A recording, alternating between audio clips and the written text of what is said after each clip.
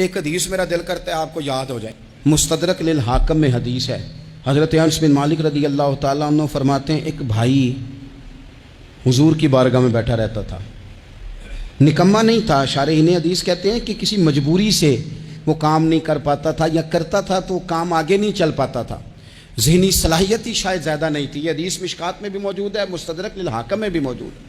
حضرت انس بن مالک رضی اللہ تعالیٰ عنہ فرماتے ہیں وہ حضور کی بارگاہ ناز میں بیٹھا رہتا تھا، اس کے بھائی نے آ کے شکایت کی، یا رسول اللہ صلی اللہ تعالیٰ علیہ وسلم، یہ کوئی کام ہی نہیں کرتا، کوئی محنت نہیں کرتا، کوئی جدوجہد نہیں کرتا، آگے نہیں بڑھتا، مجھے اس کی ضروریات کی کفالت کرنی پڑتی ہے، مجھے جدوجہد کرنی پڑتی ہے، مجھے اس کے معاملات کا خیال رکھنا پڑتا ہے، آپ اسے سمجھائیں۔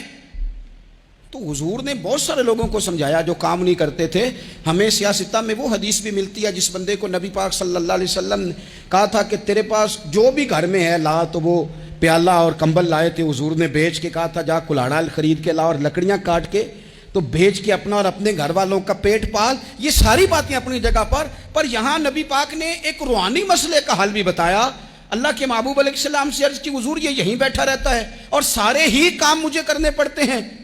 تو حضور نے نظر مبارک اٹھا کے بھائی کی جانب دیکھا جو بھائی کا شکوہ کر رہا تھا، تو کریم محبوب فرمانے لگے ہو سکتا ہے یہ جملے میرے محبوب کے ان کو کہیں لکھنا، ان کی مٹھاس دیکھو، ان کا حسن دیکھو، اور بھائیوں کی محبت کے بیج جو رسول پاک پیوند لگا رہے ہیں اور جوڑ رہے ہیں، اور جس انداز میں بھائی کو بھائی سے ملا رہے ہیں، اس لہجے کے حسن کی مٹھاس کو بھی ذرا چکھ کے دیکھو۔ حضور فرمانے لگے ہو سکتا ہے رب تمہیں جو رزق دے رہا ہے وہ اسی بھائی کی وجہ سے دے رہا ہے۔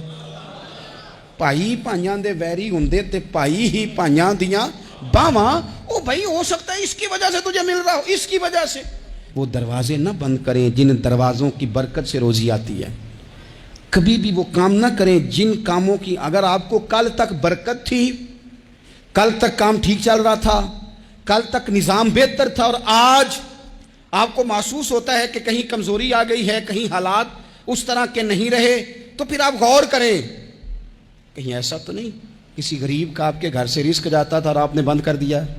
کسی کی مدد ہوتی تھی آپ نے بند کر دی، کسی کے ساتھ شفقت ہوتی تھی آپ نے بند کر دی، کوئی شخص آپ کی وجہ سے تسلی میں تھا اور پھر آپ نے اسے تکلیف میں ڈال دیا۔ اللہ کے محبوب نے فرمایا تمہارے کمزوروں کی وجہ سے تمہیں رزق دیا جاتا ہے، تمہارے ضعیفوں کی وجہ سے تمہیں رزق دیا جاتا ہے۔ تم نے تو ایک بندہ یہ کہہ کے نکال دیا کہ جا تیری تنخواہ میں نہیں دے سکتا، لیکن کیا پتا کہ اس کی تنخواہ کی وجہ سے ہی باقی سارا کچھ بھی آتا ہو، کیا پتا کہ اسی کے سبب سے اللہ انعام فرماتا ہو۔ لہٰذا ان روحانی مسائل کا بھی تھوڑا سا خیال کریں۔